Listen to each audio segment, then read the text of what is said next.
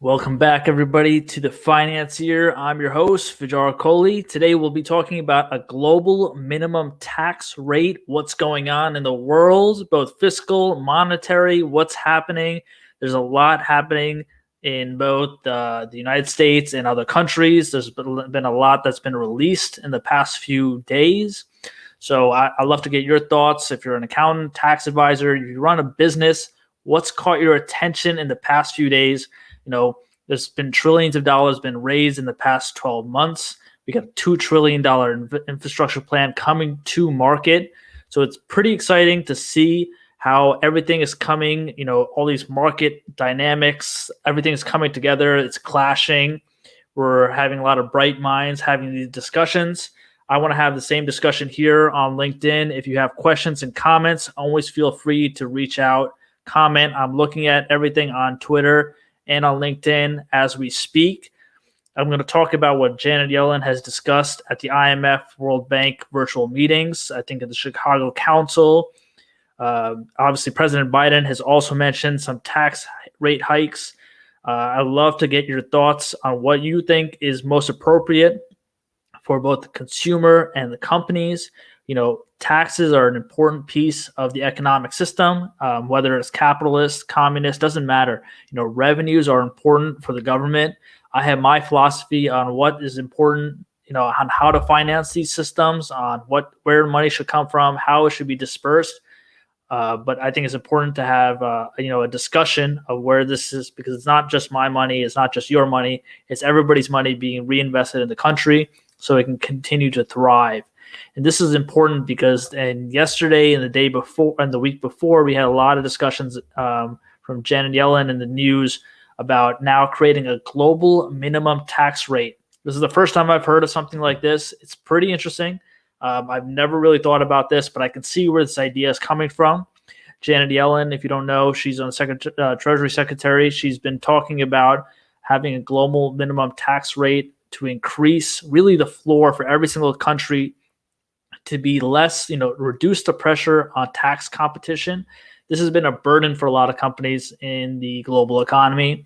Companies are moving from one country to the next, or they're reserving cash and currencies to make investments and not bringing it onshore. It's been a problem for the United States. We got the top 2, 3, 4 big tech companies have a lot of their money in like Ireland and off tax havens in Europe and in other areas of the world, because they don't want to pay high taxes on something if they can't make the investment.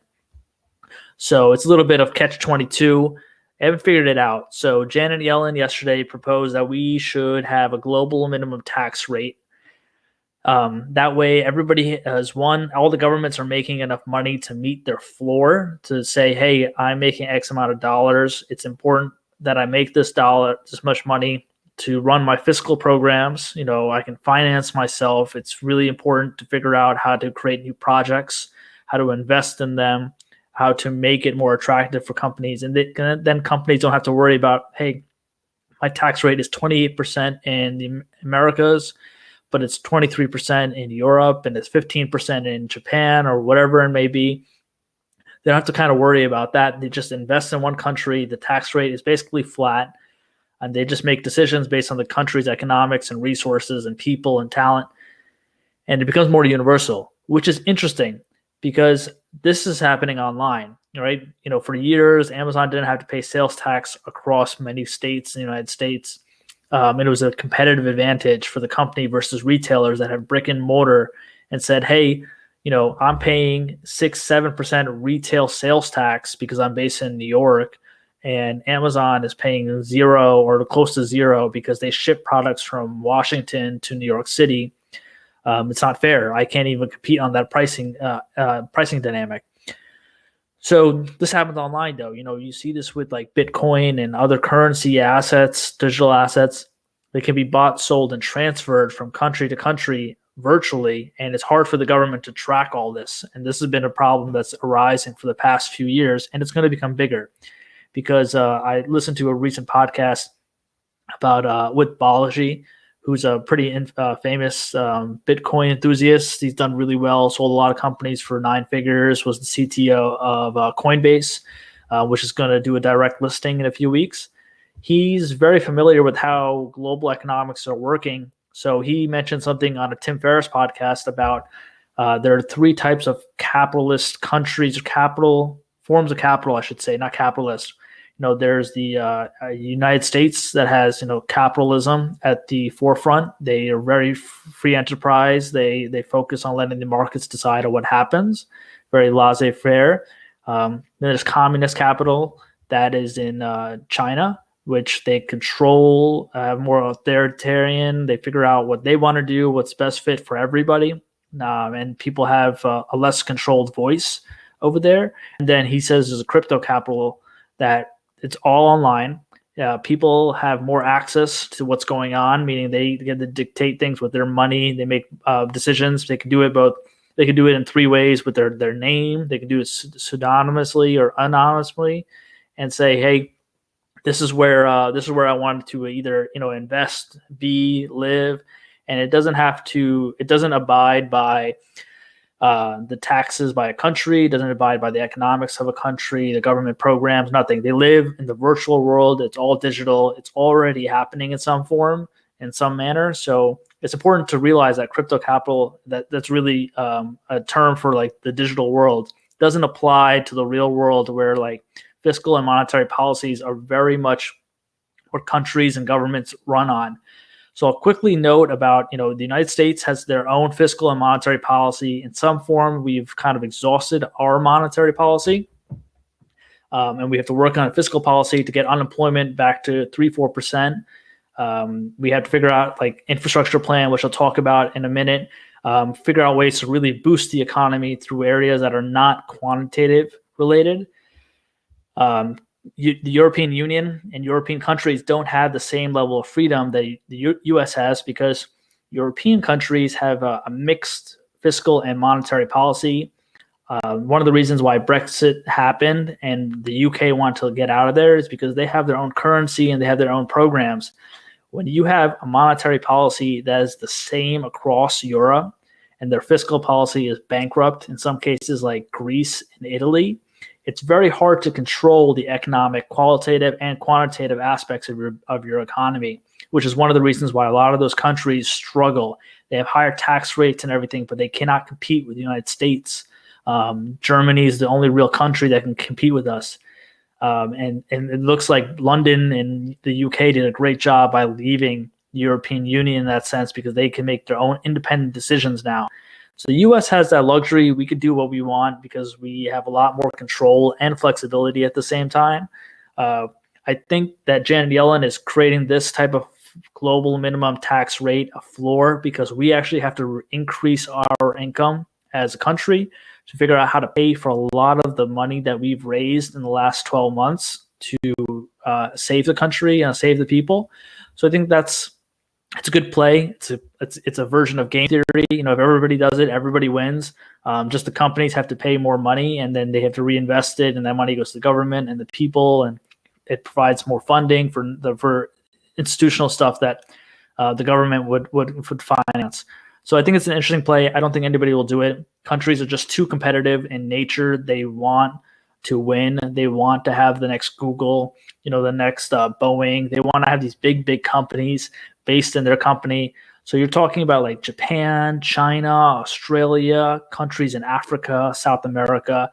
They're not going to just say that I'm going to have my global minimum tax at, we'll see what the average rates are in a few slides, but 25, 30% doesn't make sense.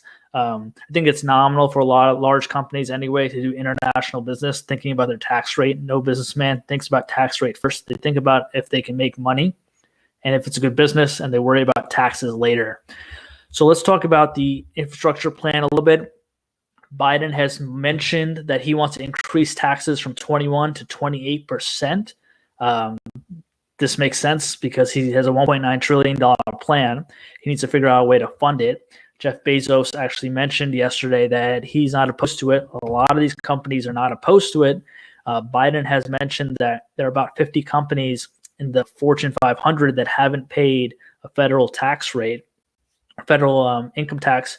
And I think it's important to say, okay, we have to have some, whatever. It used to be 35%. Trump brought it down to 21%. Biden's bringing it up to 28%. He'll probably get approved, but the reality is it's not going to move the needle. I don't know what the corporate tax bill is or the revenue related to corporate taxes in America was for 2019, but you could pull it up. You'll see that 7% basis difference won't make much of a difference. And the reality is that companies will do two things. One, the companies that don't pay taxes, there are only about 50 major companies. There are a lot of other companies that may not pay federal tax. But those companies pay payroll taxes, sales taxes, and other forms of taxes that also provide funding. Those are areas that are usually neglected. Payroll tax is a pretty big portion. All these companies pay payroll, and most of them probably pay sales tax too. Federal tax increase, it's not going to really move the needle. It's important. You can bring in 25, 28%. We'll see that that's in the average, the middle average tax bracket for corporations across our countries across the world. But I don't think it'll make a big difference. I don't think it'll receive too much pushback. And it's for infrastructure, so that's great. It's very important. I think it needs to be done. Again, if you're just signing in, feel free to let me know what your thoughts are on the corporate minimum tax rate. If you think we need to have a global floor, be it 25%, 35%, whatever your rate is, what your thoughts are, feel free to ask me a question here. So I couldn't find all the data I liked for this, but here's some of the income taxes for you to get an idea. You see all these are foreign nations that have the highest rate of income tax in 2019, Sweden being on the top. Japan is the one that really caught my eye in this demonstration. It's nice to see that Germany is able to pull off that 45%, but we're very different from Germany in many cases, but this is what is happening. Japan is a concern because at 55, 56% income tax rate bracket, at one point, taxes happen at they scale. So you're not paying, you make $1 million a year or $100,000 a year, you're not paying 55% of your entire salary. Your effective tax rate might be in that 40% tax bracket because it happens on your first 10,000 gets taxed at this rate, the next 10,000 gets taxed at that rate, and it moves up. But having a very high tax rate disincentivizes people to keep working harder. So if you're making $1 million a year, what incentivizes you to make $10 million a year? And you may say, why would I do that? But if you run a business, you want it to be very profitable and you want it to keep growing, and you don't want to pay as many taxes because you want to reinvest in the business so it can keep growing, and you can hire people and you can buy equipment and keep other vendors and other businesses in business. So just paying taxes is not an effective way to really distribute the capital. It becomes very expensive because the government's not very good at allocating that capital. It's very inefficient, and businesses are better at allocating that capital, allocating that tax dollar, which may have gone to the government for hundreds of thousands of programs, versus a business saying, I want to hire X person. I'm going to hire 2 people, both locally and across the country. I'm going to buy a truck. I'm going to order supplies from so many people across the country. And then I'm going to provide a good that's very, someone wants to pay a premium for, so I make a profit and I reinvest it in the business. That's what businesses do really well. Government doesn't do that well because it's more nonprofit oriented, which is fine because we need the deficit to be funding projects that the businesses won't be funding.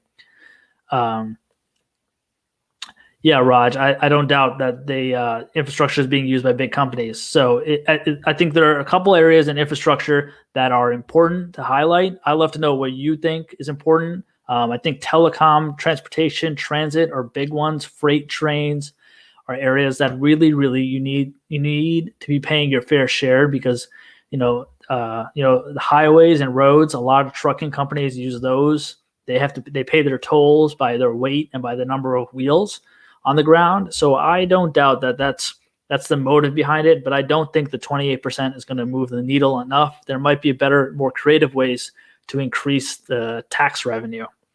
So here's the most of the countries in the world, their corporate tax rates are between this age bracket or this range bracket. So you could see it. If you could see it on your screen, it's in that 20 to 30%. 15% is kind of highlight. So let's say 15 to 30%. I think this is important to realize. We're the 21% at the current moment. At 35%, we were very uncompetitive. We weren't really attractive for companies to come here, start here, build big businesses. I think the 21 and the 28% is fine. I think it's very competitive. Given the size and scale, it needs to be there. 28% will be just fine for corporations. I think Amazon, somewhere, I got the stats here somewhere, that Amazon, its effective tax rate, effective federal income tax rate is around 9.4%. And they paid about $1.7 billion in federal taxes last year, but they invested $350 billion. Big difference, right? So they're not really paying a lot of taxes, but they're investing at a large number. And they're only one company, right? We're talking about hundreds of thousands, millions of companies in America that are investing way more than they're actually paying at taxes. But coming back to this range of 20 to 30%, I think it's important, one, to have that 28%. I'm fine with that. The second piece is there's a lot of money that these companies have. So President Biden mentioned that he wants to reduce the number of offshore transactions, meaning he doesn't want to incentivize companies to do business offshore at an unfair tax rate. They want to do business internationally, but they should do it and pay the tax expense so the government gets its revenue. But I think it's important in the next year or two to repatriate, to create a tax break or a holiday so that hundreds of billions of dollars can be reallocated and transferred back to the United States, because it's all being held in offshore accounts. And if we keep it in offshore and it doesn't get invested offshore, or if it does, then it's a disadvantage to the United States. But creating a tax break or a tax holiday will bring in hundreds of billions of dollars. Apple, Microsoft, and I think Facebook, they are like they're in the hundreds of billions of dollars themselves, but there are so many other companies that do it as well. So you maybe have like $1 trillion that gets reallocated to the United States, and then incentivize them to invest in manufacturing and then infrastructure. It'd be a pretty big trade. It would be very impressive to see this. I think it'll be very exciting. I think it can be done. It needs to be done in the next year or two, and you'll see a large boost to the economy. It'll go in the right direction. We'll just be on a hiring spree. We'll bring back unemployment to 3-4%, and it'll be a big move in the right direction. So that's my thought on corporate taxes. I thought it was pretty interesting to hear Janet Yellen talk about the global minimum tax rate. I think there's a lot that's going to happen in the next few months for 2021. And I think this is not the end of this conversation, but the problem that we're going to see that's still open-ended is that there's a deficit. There's trillions of dollars in stimulus that has not been funded yet. And they'll just add to the deficit if we don't figure out how to make, $5, $6, $10 trillion in tax revenue over this next several years, let alone that interest rates will start going higher, and our tax bill for the government will the interest expense will increase for the government for the next coming decade. So, yeah, Raj, I also believe that this definitely should be debated more. I think there will be a lot more discussions, but it's important for businesses to be involved in these discussions. And a lot of individuals are opposed to it because they want the politicians to talk about it. But I think there's a lot of dynamic forces that haven't been discussed yet, and there's a lot more to be discussed. I don't know where we're going to start, and I don't even know where to get involved. But I think the Tax Foundation, actually, that this chart is from, it's one of the institutions you could talk to and talk to the lobbyists and the politicians that are involved with it. But it's definitely not over yet. There's a lot more to happen. The $1.9 trillion plan still will need to be approved, and there'll be another $1 trillion stimulus plan coming in the next few months. So we had to figure out how to fund it. Otherwise, the U.S. will lose its leadership in the world, and it won't be competitive. So that wraps it up for the Finance Year today. I'm glad. Let's see, a lot of people joined in today. I'm very excited. Thank you, Raj, for the questions. Thank you, everybody else that's been chiming in. I appreciate it. There's a lot more coming. I'm looking for more ideas and more topics. So always feel free to chime in. You can find me on any of these social platforms. All the handles are here. Just reach out if you got questions, comments, or concern. Until then, I'll see you guys tomorrow or next week. Keep following and let me know what's going on in your world. Thanks, Raj. Take care, everybody.